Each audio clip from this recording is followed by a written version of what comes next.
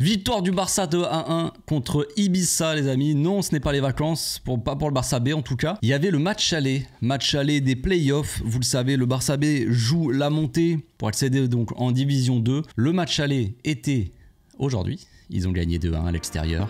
Débrief en chaud, c'est parti.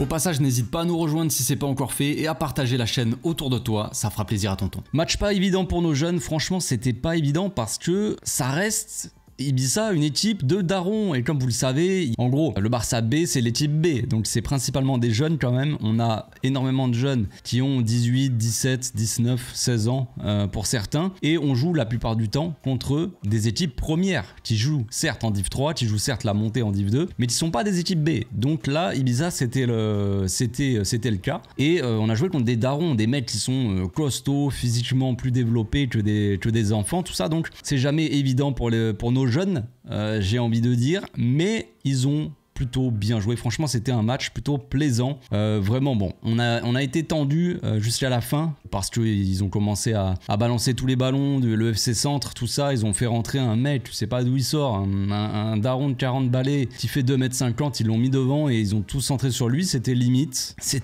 mais on a quand même fini par gagner ce match. Donc, on va reprendre un petit peu depuis le début. Pour ceux qui n'ont pas l'habitude de suivre le Barça B, vous savez probablement peut-être que Casado est le capitaine. Casado qui nous a encore pondu une masterclass. Casado qui est tout simplement un monstre du football. Personne n'est encore... certains sont au courant, d'autres essaient un petit peu de se le cacher. Mais sachez-le, Casado est un monstre du football, déjà, oui.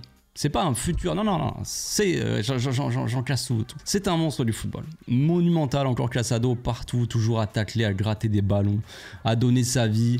Avec limite une épaule en moins, un moment, il continue, et c'est trop. Le calme, on avait l'impression de voir Kimmich, oui je sais que ça parle beaucoup de Kimmich en ce moment, on avait l'impression de voir Kimmich des fois qui relançait, toujours calme, toujours la tête froide, toujours très serein, pressé. Tac, je vais d'un côté, ben non, je feinte, je vais de l'autre, je ressors le ballon proprement, il n'y a plus personne.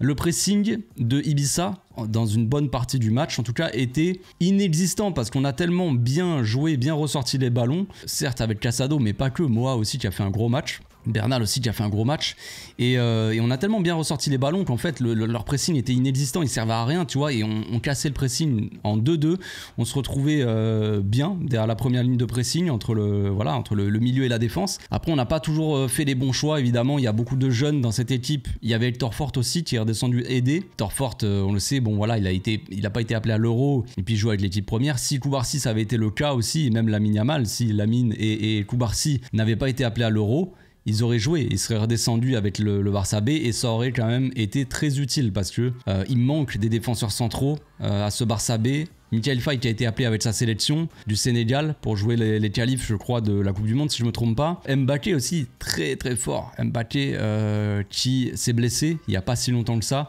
il a fait une grosse saison. Nos deux défenseurs centraux, eh bien on les a pas pour la montée, donc c'était pas évident. On avait deux centraux, on avait Pelayo et Dominguez, donc autant te dire que pour ceux qui connaissent pas, bon c'est pas foufou Pelayo, c'est pas un grand costaud. Dominguez c'est un peu plus costaud, mais voilà. Bon après il a fait un bon match, donc voilà, mais je trouve pas que c'est des défenseurs vraiment très solides. Tu peux pas vraiment compter sur eux en mode tu étais serein, tu vois. Non, j'étais pas serein en soi. Hector Fort donc était redescendu aider parce que latéral droit on sait que la B ils en ont pas beaucoup.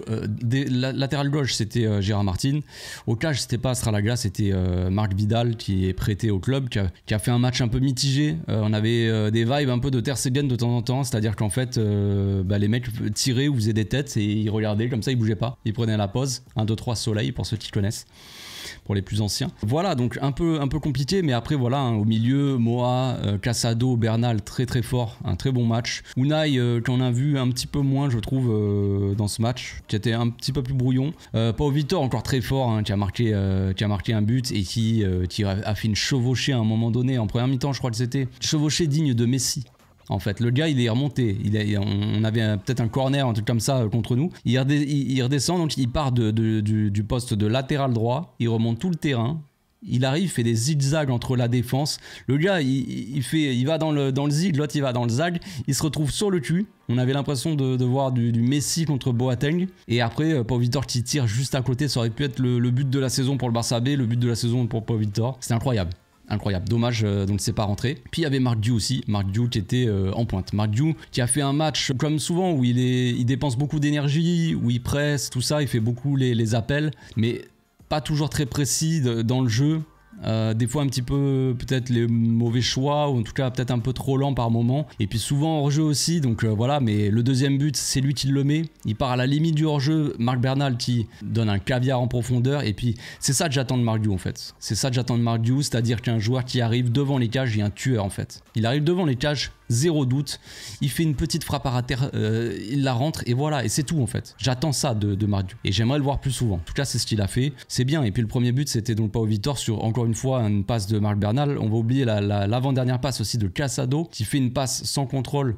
Petite balle piquée au-dessus de la défense, Marc Bernal qui se projette, qui fait la passe en retrait, un but FIFA quoi. Débordement sur le côté droit, passe en retrait, Pau Vitor qui la met au fond, et puis voilà. Sachant qu'on avait pris un but très rapidement, au bout de 11 minutes sur une tête de leur attaquant, là, j'ai plus le nom, un grand costaud. Pelayo, il a eu beaucoup de mal contre lui. Premier but, voilà, il arrive, il met la tête, le gardien il bouge pas, il regarde. C'est compliqué. Mais après, en soi, j'ai trouvé le Barça B, franchement, pour donner mon avis global, on va pas rentrer dans la tactique. La forte montée, il prenait le couloir droit en fait, il montait la plupart du temps, sauf en fin de match évidemment, c'était full défense de toute façon. Mais Hector Fort qui se projetait dans le couloir, le latéral gauche qui restait un petit peu plus bas. Par moment il se projetait, mais généralement il restait quand même un peu plus bas. Et puis voilà, après on avait un double pivot, Casado, Bernal, mais Bernal quand il se projetait, Moa il venait dans le double pivot, et vice versa, des joueurs qui changent pas mal leur position aussi, ça c'est intéressant. Voilà, il y a eu des matchs de patron, Moa qui a fait je trouve un gros match,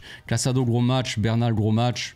Hector Fort j'ai trouvé un petit peu en dessous, franchement je l'ai trouvé pas très à l'aise, voilà, pas toujours les bons choix tout ça, mais il a pas été mauvais non plus, mais un peu en dessous. Voilà, je trouve qu'ils ont quasiment tous fait un match plutôt bon, ils ont donné leur vie, principalement c'est surtout ça que je vais retenir aussi, c'est dans l'attitude, dans le mental. Ils ont subi, à partir du moment où ils ont mis le deuxième, autour de la 60e, 65e, ça a commencé à subir jusqu'à la fin, et on a pris des vagues, et des vagues, et des vagues, et des vagues, on n'arrivait plus à tenir le ballon, physiquement les joueurs étaient cramés, Marc Diou complètement cramé au bout de 60 minutes, Hector Fort assez cramé aussi, il est resté je crois jusqu'à la fin, Bernal on le sentait cuit aussi, on avait Dominguez qui a dû sortir parce qu'il revenait un petit peu de blessure aussi, donc il faut conserver. Olmedo qui est rentré, pour ceux qui me suivent régulièrement, surtout quand je parle de la B, vous savez qu'Olmedo c'est le petit poulain les amis, moi je l'ai découvert là, cette saison. Je le connaissais pas avant, il jouait avec les juvéniles, tout ça. Mais je regarde pas trop les juvéniles, je me renseignais un petit peu, mais je regarde pas trop les matchs. Et là, Olmedo, il est monté avec la B récemment, quand Mbappé s'est blessé, tout ça,